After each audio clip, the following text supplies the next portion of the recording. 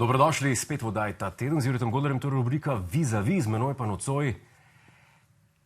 Ne moram vsega našteti, kar je, bom samo rekel, muzičar Rok Lunaček. Dobrodošel. Poklon. Dej pa ti povej, kaj vse. Razčleni muzičar v Prafaktorja namesto mene, ker sem len. Ja. Ker se mi ne da. Problem je, da imaš tudi nasprot enega podobnega, tako da čutim tvoj dotip. Jaz sem v bistvu, imam se, bom rekel tako, zares se imam za človeka, ki živi na zelo dolgočasen, ko rečem dolgočasen, je enako merno stran od sveta življenje. Okay. Če je pa že moj poklic, je pa moj poklic, da sem recimo avtor, da pišem o ljubezni. Okay. Dolg časa sem se tega sramoval, zdaj vem, da je to odgovornost in privilegij. Sramoval zakaj? Ker izvira iz nekih občutkov? Ljudje, veš kaj je Freud rekel, imamo samo dva problema, očeta pa imamo. Tako da pravzaprav jaz izhajam iz družine, kjer je bilo mogoče na trenutek malo manjko ljubezni, pa dajmo to pač povečati. Ne? Ampak zdaj vem, da je bila to samo moja otroška percepcija. Sem krasne starše in jih še vedno imam, očeta žal ni več, ampak mi je veliko dal. Še celo takrat, ko sem jaz mislil, da mi ne daje. No? Izjemen očeta sem imel, mama je še živa, sem tudi vesel. Drugače pa jaz sem človek, ki pa sem avtor. Težko rečem, da sem pevec, kar sicer tudi sem v bendu, ne, ampak sem bil večji del življenja avtor. Avtor? Ja. Pika. Pika. Prav bom rekel, z nami je Rok Lunaček, avtor. Tako. Dobrodošel. Tako. Čestitke za nov album in single Blizu. Drži. Ki je izšel, izhaja. V digitalni obliki je že zunaj, v Križankah 20. septembra, ki so zdaj. Bo po fizični obliki najprej na CD-ju, kasneje pa tudi vinil plošča, ki je pa najbolj srce naše. Si ponosen? Sem. Ja? Sem. Ponosen sem predvsem na eno bolj stvar. Zdaj boš izpostavil ilustracijo, ki sem narisal, sem ponosen. Ja. Ampak sem bolj ponosen na to, da je to prvi srečen album. Prvi srečen album? Ja, skoraj 29 let obstaja band, ampak v bistvu pravzaprav ne je na tej plošči kak trpeč tekst. Ne, ni ga. Oziroma je, zadnji, vino ne reša, malo pomaga. Pozabno začneš in to je kar v redu, veš. Okay. Jaz nisem vedel, da si ti ilustrator. Jaz dolgo časa nisem tega vedel. Hobi ilustrator. Zdaj sem hobi ilustrator kot otrok z mojim bratrancem Izarjem Lunačkom, ki je komparativist in tudi izjemno uspešen ilustrator. On je ilustrator, jaz sem pa hobi program. Hobi ilustrator. Hobi, ja. Obi. A si imel občutek v življenju, da je včasih lahko več iztržiš iz svojega hobija? Ja. Kot pa iz ničesar? Ves čas imam nažalost ta občutek. Zato sem imel glasbo na začetku kot hobi. Jaz sem dolgo časa hodil v redno službo in sem bil sila nesrečen. Ker sem verjel, da je pač treba se manifestirati znotraj nečesa, nekih poslovnih uzanj, ki jim rečemo življenje. Ti nisi karikaturist? Ne, nikoli nisem bil, sem risal karikature v ranih letih, ampak nisem bil dober. Sem tlele flomaster, papir, a bi lahko recimo kaj narisal, recimo mene v neki obliki, v kakršni me vidiš?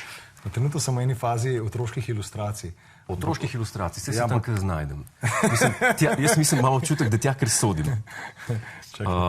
Povej mi, kje se trenutno nahajaš v življenju in ali si srečen? Zdaj smo izluščili dejstvo. Jaz sem zelo, zelo srečen. Da se ne sramuješ več tega, da poješ o ljubezni? Tako, jaz sem se dolg časa sramoval, da če rečeš, da si srečen, da je to nekaj narobe, da umetnik mora trpeti.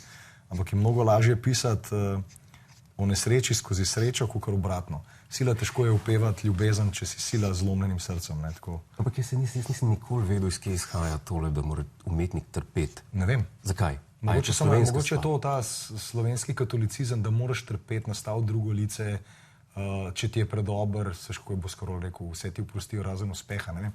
Pojma nimam. Znam to izvirati iz tega? Ja, čeprav jaz sem zelo fan Cankarja, zelo velik, mogoče bolj fan Cankarja, kot sem ga Prešerna. Pa bom zelo rad Prešerna, da pomotam. Ampak tako, čak, ti imaš očala, ne? Jaz imam očala, ja. Čak, bom dal sončno očala, ti imaš majčko. Super. Ne, zdaj sem dal sončno očala, zdaj sem čist, ponižil sem da čist. Nikakor, ko imam tudi sončna. Kaj je bilo vprašanje? Vprašanje je bilo, če si srečen tam, kjer si. Sem srečen. Jaz sem imel predvsem eno srečo, to, da sem... Kaj ti imaš ponad pulije, ne? Ne imaš? Ne, ponavad sem nakno v osnovi. Delim sentiment. Nekaj na hitrca, evo. Manj imam zakrit, bolj sem vesel. Enako. Smo bili nudisti kot mehni. Dejansko, kako smo prišli do točke, da zdaj 3-letne punčke imajo, viš, tiste neke trakce čez roza, namesto da bi svobodno tekale po plažah, če se sami starši. Ja, nekaj, veš, da imajo otroci pred enim letom dajo neke Modrčke otroške. Ne zadržujem se. Zdaj smo šli čisto napačno. Ja, ne, zdaj smo da nam čuden. Na nudistične plaže, kjer se ne zadržujem. Jaz sem srečen in moram reči, da sem relativno hitro najdel srečo. Jaz sem bil zelo dolg časa prepričan, da sem pod nesrečno zvezdo rojen. Še eno pesem imam pod nesrečno, ne vklepaju srečno zvezdo rojen. Jaz sem spoznal sorodno dušo, ko sem bil star 24, kar je kar zgodaj in se je kar zadržalo. Pri 24 letih in traja. Ja. Čestitke, Rok, kaj ne rečem. Ja, nimam nobene pogodbe. Nobene pogodbe, ampak drži. Pri meni ponovadi traja 24 minut. Pa to je kar v redu. 16-letnik bi bil ponosen. Ne, mislim, cela ljubezen. Ne, ti se boš 24 sekund. Pa dobro, gledaj, kaj ti rečem. Kdo pa ima rad dolge filme? Vsi radi gledamo te kratke serije na 20 minut, ne? Ja. Bi bil bolj srečen kot kuhar? Ker če se ne motim, si hotel postati kuhar. Bil sem prepričan, da bi bil. Pri kolikih letih? Pa jaz sem bil to pri 12. Silom prilik je starša se ločita, jaz sem bil prisiljen se naučiti kuhati. Na začetku so bile te neke Uncle Ben's omake, kjer dojameš, da to ni dobro, da bomo sam skuhal nekaj za sestro. In sem rekel, jaz bom kuhar. Ampak takrat ni bilo show cookinga, takrat si imel belo kapo, imam malo drugačno zdaj, hvala Bogu zaradi benda. In pač mama je rekla, ne, čebule pa na všlupu. Danes je verjetno žal, ker se mi zdi, da je biti kuhar mogoče skoraj bolj cenjen poklic, kot biti glasbenik. Ja, če si žirant v kakšnem realitiju. Ja, recimo. Ali če imaš svoj reality. A si gledal The Taste, ki je z eno žlico probajo sam. Anthony Bourdain, jaz sem bil velik fan Anthony Bourdain na njegovih blogov. A, te on bil? Ja, mislim, on je bil en od žirantov. Aha. Ja, in on je bil tisti, ki tako res je imel življenje z veliko žlico. A si gledal te serije njegove? Neki serije njegove. Samo on je bil ta neka, on je ta mala amerikanizacija, no, mogoče ti ni tako blizu, ne? Je, ampak se mi zdi, da je en človek, ki pa tudi se ni nazaj držal po svojih idejah. Ne, to se mi zdi zelo na mestu v našem poslu. Ja. Ljudje vidijo takoj, če preveč glumiš. Ja. Te ne kupijo kot ja. takšne. Zdaj, bil si problematičen najstnik, če se zadrživa v otroštvu. Imaš kakšno sočno zgodbo? Jaz vem, da si ti gostobeseden in bi rad slišal nekaj sočnega zdaj, kaj nas bo šokiralo. Nisem ponosen, pravzaprav. Iskreno je to obdobje, ki se ga, mislim, pač je to del mene, ne? Ja. Ampak ko se včasih ozreš na kakšne stvari, ki si jih naredil, ki jih danes ne bi, imaš občutek, kot da gledaš svojega brata dvojčka, ki je, ne vem, Evil Twin iz neke serije španske, ne? Dr. Jekyll, mislim. Ja, tako, recimo, pa glih album naš prejšnji se tako imenuje. Okay. Tako da nekaj je na tem, ne? Ma ne vem, jaz sem bil problematičen po moje, ker sem iskal pozornost. In jaz, če ne bi prišel v band, ker bi bilo pozornosti več kot preveč, bi po moje ostal malo zgubljen. Tako sem pa pravzaprav tam manjko, jaz sem čist nesamozavesten. Jaz sem bil najmanjši v razredu, nosil sem cokle, so me cokle klicali. Okay. Še tudi pozim sem nosil cokle. A cokle zaradi višine? Zaradi višine, okay. Ja, bil sem zaradi tega zakompleksen. Pol pač, ok, ločitev staršev, ni bilo staršev doma, ni bilo denarja, smo se tudi nekaj stepli, ni bilo tako kot danes, ne. Se pa takrat je bilo tisto survival of the fittest. Če bi ti močnejši si zmagal, danes to ne velja, imaš nožke, pištolce, ne vem kaj. Ja. Ampak bil sem pa tudi v kriznem centru, ker sem se veliko lagal, delal probleme, kradel nisem nikoli, sem se pa veliko lagal v tistem času. Okay. Na to nisem ponosen, ker sem pa starše večkrat prizadel. Najboljša laž, ali kaj sposoben? Najboljša laž je bila ta, ko ustrajaš ob njej. Ne? Se pravi, oče pride v šolo ja. In ti si pač povedal, da si pozitiven in pride oče v šolo in je tam velika enka. Ne? In naspram tebe sedi takole profesor, tako kot si zdaj ti in reče, ja, Rok, ampak ti imaš enko. Ne, to ni bila enka. Mi smo se drugače dogovorili, tega ti ne ustrajaš. Čakaj, strogo logično, fizikalno, matematično, enka je pozitivno število. Absolutno. Končno sem najdel sogovornika. V čem je tu problem? Ja, tako. No, ta profesor ni tako odreagiral, ampak so se starši nekako dogovorili in smo prišli do rezultata, da sem pa vseeno malo simpatičen. Tako da, glede na to, da sem zelo dobro risal, ja. Recimo Viška gimnazija, ki je danes zelo uspešna gimnazija, takrat je bila še bolj Teksas, ko sem jaz hodil, je bilo veliko mojih ilustracij pa nekih grafitov po celi šoli. Tako da so me profesorce imele pravzaprav rade, hkrati so mi pa zelo težko dale pozitivno, če nisem bil v razredu. Ne? Zdaj mi pa povej, kako gre to skupaj z dejstvom, da imaš tremo, da si človek, ki ima tremo v življenju. Ker potem, kar si zdaj razložil... Ja, vse imam zdaj, ta trenutek imam tremo. Imam tremo, ampak sem se naučil funkcionirati znotraj tega mojega balona. A je trema posledica neke sublimacije, ker nisi več, ko bi rekel, problematičen najstnik in se mogli nekaj pojaviti zdaj, drugje. Vse izhaja iz manjka ljubezni. Okay. Načeloma vse v življenju, vse so vojne zaradi tega, ne? Ker so se eni odločili, da se bodo zdaj v peskovniku igrali. Ne? Ampak ja, se strinjam. To, kar si rekel, lepo si rekel, sublimacija. Ja, sem se zdaj na profesorco kemije spomnil, ki mi je tudi dala Pozitivno. Mi je dala. Pozitivno število. Pozitivno število mi je dala. Ko bo -1, se bomo pa pogovarjali. Tako. Pa negativno. Tako. Ne vi meni, ne. A ta trema je že prisotna od nekdaj, se pravi, ko si se enkrat podal na glasbeno pot, ker ti si v bendu, ti moraš pa zdaj stopiti. Ne, jaz ko stopim na oder, nimam, ne vem, to ti težko razložim, bi se moral verjetno bolj voden položaj dati. Ko stopim na oder, Okay. To izgine. Verjamem, da je tam še vedno rok, ampak z nekimi drugimi podzavestnimi nagnjenji. Ne vem točno, zelo lepo funkcioniramo, izjemno rad imam ljudi, čeprav hkrati sem čisto socialen. Gosto beseden, to mi se reče, hkrati imam pa tisti 1% introverta, ki ga pa redko koga spustim zraven. Sploh rad imam tišino, knjigo, tisto plažo, kjer si nek, pa ni nobenega tam, dajte me primer pustiti. Mi je včasih cel dan ne spregovoriva besede z mojo ženo, ko smo na plaži in se pogovarjava s pogledi, kar je včasih najlepše. Okay, razen če so grdi. Ja. Jaz dobivam sem grd. A res? Ja, vedno. Grdo mi govori. Grdo mi govori in tako naprej in tako dalje. Ta introspekcija, to me zdaj zanima, samo malo bolj v detalj. V introspekciji deluješ ustvarjalno ali ti ideje pridejo, ko nisi v introspekciji, pa v introspekciji? Ne, absolutno. Se pravi, ta 1% tišine vpliva na glasnost. Ampak ne pomeni pa, da nisem že kdaj hudi glasnosti kaj napisal. Ampak je ta glasnost pravzaprav bila posledica tiste tišine. Se ti ne moreš, v resnici ko si sam, se nisi sam. Najhujša je pa samota dvoje, ne? Zdaj pa najdi balans. Ne? Najhujša je tista samota, kaj en par na pijači in sta 15 minut. Ja? Koliko jih je, ne? Ja, vsi skoraj. Ja. Skoraj vsi. Ja. Najhujša je tista, veš, ko jaz sem vedno rekel, tudi na koncertih povem, ne se skregati, ne pridi do točke, ko oba ležita, pa sta dva egota v pojsli, ki nič ne pomenta, ne? Kaj če bi se zgodila neka huda nesreča, da je on zadnjič s sabo v pojsli? Ali bi bila v tišini, ali bi rekla, rada te imam. Povejte, radi se imejte ta trenutek, ne čakati. Ne? Pa tiste noge, veš, ko se pol s prstom dotaknete pod rjuho, pa reče, to vse je v redu. To je včasih dovolj. Ne? Razen če je ena noga mrzla, pa bejš tam. Ali pa on hakelce kot nohtka, veš, ki te zakakla, ki se strgajo rjuhe, veš. Porabljaš čipalko. Ampak je že pogovor, ne? Si rešil, ne? Ti si del benda, ki je začel, recimo temu, stereotipno klasično zabaven bend, za pop rock band. Če bi v točki v življenju, kjer si zdaj, kaj bi rekel, je tist, kar pa pripelje en tak bend iz garaže ven, ker bendov po garažah je milijon. Mislim, pri nas po svetu, ne? In večina jih tam tudi ostane. Se ti zdi? Meni se zdi. Meni se to zdi, ker ali jih mine, ali prej. So garaže latale preveč udobne. Po mojem, jaz ne vem, ampak da pa bend pride z garaže ven, ki ima take začetke, ki nima, ne vem. Ti kar povem primer, znaš, kako je bilo, tudi dobesedno. Začeli ste vajati alegorike. Šubičeva gimnazija, žena od našega originalnega pianista, ki je bil takrat še najstnik, jaz pa tudi, rekla, jaz sem pa enega, kot tako v bendu najmanj slabo pel, tako sem rad pevc, ne. Oasis smo poslušali, pa vsi smo to otoško sceno poslušali in to je bila edina skupna točka takrat. Pa vsi smo bili malo nori, da je mu uspet za vsako ceno. Pa noben ni bil glih popularen pri puncah. Jaz sem bil cokla za Boga, kdo bo hodil s coklo. Skratka. In potem sem prišel v band, mi smo skupno točko to, da imamo radi glasbo, pa dekleta. In pač smo naredili band, Šubičeva gimnazija, ropotali smo v Šulinkam, bila je ena zelo lepa nuna, zdaj se spomnim, smo bili eni trije kar zacopani v njo dejansko, nič se ni zgodilo, seveda je ostal prvi. Ja, se mora. Mora. Nadaljujem.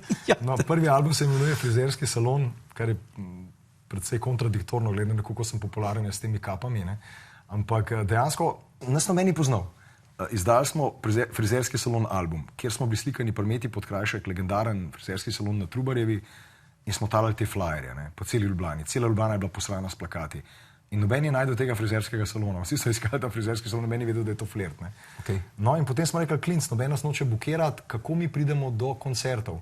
Enač, ponaredili smo podpise takrat te županje, takrat so bili te iglični tiskalniki, dobili smo na skretih dol elektriko, postavili na Prešerca, takrat se je to še dal, da se verjetno ne bi dal, Šuštarski most, potem smo šli še kje v Maribor, v Kopru so nas ven vrgli, en mornar nas je skoraj pretepil.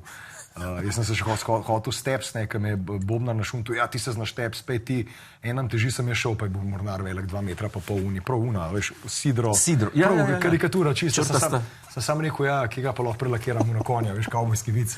No, skratka, in smo tako pač delali, nas je opazil dejansko legendarni avtor, producent, član benda Bulldozer, Bele, Boris, in je rekel, fantje, vi ste glih prav prepotentni, glih dovolj nori, drugačni, da vas bomo izdali. In tako se je naša pot začela. Se pravi, ampak začel se pa z ljubeznijo, dajmo si priznati, ne? Ja, ampak evo. V resnici gre za karakter in za to, kar si upaš. Ampak jaz, ko zdaj gledam sebe nazaj, mi smo bili, ja, mi imamo to, mi imamo, če pa drugačne bomo pa mesarijo Evropa ali bomo hrenovke kupali in se bo pisalo temu bendu en bend Evropo. Za take nore misli smo imeli. O tem govorim. Nisi bil doma, pa pisalni stroj, pisal pisma, pozdravljeni. Smo bend, smo mlad bend, smo ravno dovolj prifuknjeni in divji. Samo udari space. Ting, kaj moram sem povedati. Ja, tako. Gre za karakter po tem takem. Si odgovoril. V bistvu si odgovoril nevede. Hvala. Zakaj si leta 2002 izstopil z benda? Pa si se pa vrnil nekaj časa? 2002. Po 5 letih, pravzaprav, mi smo bili na vrhuncu popularnosti, ni mi žal, da sem izstopil, daleč od tega. Mene so vsi spraševali, jaz sem takrat spoznal Vito, ne? Ja. In takrat se nismo razumeli s tistim bendom. Imeli smo menedžmente, ki so nas nategovali klasičen bendovski problem. Zakaj meni tega treba v življenju? Noč na vrhnki je bil zadnji koncert in sem pač odšel in se nisem obračal. To je to. In je vse ok in tudi za našo to ekipo se danes čisto razumemo, ampak takrat ni šlo. Zdaj, s to pametjo, ko imam danes, a bi nadaljeval, verjetno bi se pol leta frej vzel, pa bi pol nadaljeval. Ne? Takrat pa pač nisem znal drugače in nisem pomislil, da se bom kdaj vrnil v muziko. In mi je čist pasal teh 7 let. Po 7 letih je oče mu izbolel, sem rekel, par pesmi bom za njega posnel in je rato en hit v mojem telesu, ki je Don zim zelen komat in smo spet zelo uspešno harali. Pa se spet nismo razumeli in to je zdaj ta tretjič, da sem zalaufal band, to, kad sem pa jaz prevzel band, kupil brand, se sam angažiral, nabral na kup postopoma ljudi, ne tako kot prej, ko sem se vrgel, ki jim zaupam. Koliko mornarjev je bilo treba pa v drugo pretepst? O, Marija. Ne, v drugo brstu niti ni bilo treba, ni bil tak problem, ne. Takrat je bilo že tako, da smo vsem bili že velik band, pa so nas klicali organizatorji. Ti mornari so bili samo enkrat problem, tam dol. Tako da ja, to je v bistvu ta relativno dolgočasna, pa sem kar utrujen, ko to zgodbo ponovim, v bistvu je bilo, koliko je to enih let preteklo. Kako bi rekel, se pri tebi razlikuje ustvarjalni input, če gre za solo kantavtorstvo ali pa za delovanje v bendu? Ja, zelo. Dolg časa sem imel težavo, ker sem to združeval. Ravno prejšnji album Jekyll and Hyde točno to nakazuje. Druga plošča je pravzaprav kantavtorska popolnoma, je v bistvu celo že skoraj malo meji na poezijo. Ne? Ja. Jaz sem zdaj končno dojel, da moram to ločiti. Jaz imam že zaključen kantavtorski projekt, ki je 5-torni album. Se pravi, prvi CD je pravzaprav neuglasben, so tihi stihi, je pravo sonetje, ne, 100 sonetov, prav italijanskih. Ne. Se pravi, potem imaš pa 4 albume, en album je Ornament ljubezni, ljubezenski stihi, no potem so različni pa segmenti so. Ne. Zadnji album je pa Lojs in njegova hruška, to je pa ena pesem, ki je 45 minut dolga, ki je pa pravzaprav najdaljše besedilo, ki sem ga napisal in so pa vse te pesmi v živo posnete. Flirt je pop-rock projekt, se pravi, na audio zapisu takole bolj pop, v živo smo pa mi pravzaprav rock band. Ne. Tako da sem zdaj dojel končno, da moram to ločiti. Ne moram jaz moriti s sonetjem pop poslušalcev, niti ni vljudno do njega. Če se bo odločil, bo že pogledal. Ne. Se pravi, kantavtorstvo je nekaj, kar nekdo, ki zelo dobro pozna flirt, pa reče, ok, jaz bi pa mogoče šel še malo globje, pa se za to odloči. Ne moram pa jaz prisiliti nekoga iz globokega, da gre zgolj malo mogoče komercialno na morje. Ne. Ok. Veliko pišeš tudi za druge umetnike, za druge izvajalce? Ne več. Redko pišem še za druge, sem pa ogromno. Takrat je mene zelo gnalo to, vsi dostikrat rečejo, to je obrt, ne, čisto, dajmo se ne slepiti, ampak je zelo lepa obrt. Ne. Jaz bi raje to počel kot nekaj, kar mi ni blizu. Ne. In sem pač delal od jazza, popa, rocka, največ pa zabavne glasbe, ne, kjer so pač čisto druga pravila in predvsem je težko pisati za druge. Za druge je pravzaprav težje in hkrati lažje. Ko ga poznaš človeka, veš, ne vem, ko pišeš za Vili Resnika, ga moraš poznati kot človeka, sila neodgovorno bilo pisati, jaz pa ne vem, kakšen je Vili Resnik v živo, ne bom to pisal. Ne.